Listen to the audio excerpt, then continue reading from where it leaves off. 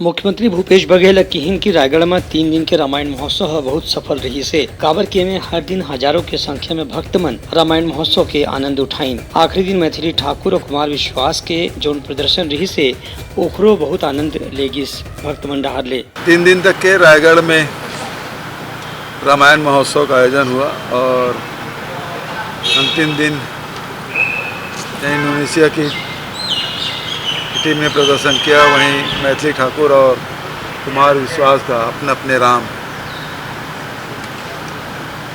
मंचन हुआ और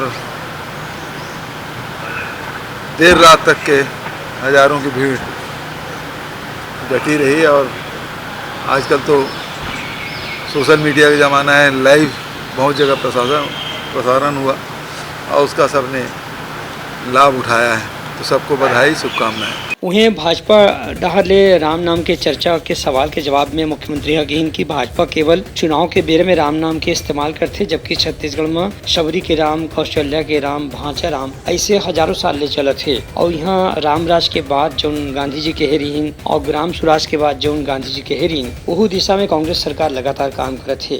भारतीय जनता पार्टी केवल चुनाव के समय राम के नाम का उपयोग करते हैं और छत्तीसगढ़ में तो भांचा राम, सबरी के राम और कौशल्या के राम के रूप में जन जन के हृदय में मानस पटल में रचा बसा है। तो हम लोग तो निरंतर काम कर रहे हैं और राम राज्य की बात और उस दिशा में हमारी सरकार है जो महात्मा गांधी ने राम राज्य की बात कही थी, तो निरंतर हम लोग सुराजी गांव के रूप में उस दिशा में चल रहे हैं। उनका कहना रही से कि अवैया चुनाव ले पहली घलो लोगन मन बात ला समझ गए हैं कि कांग्रेस जो सरकार है वह लगन मन के हित बर काम करत है। ब्यूरो रिपोर्ट उत्तलंघा न्यूज।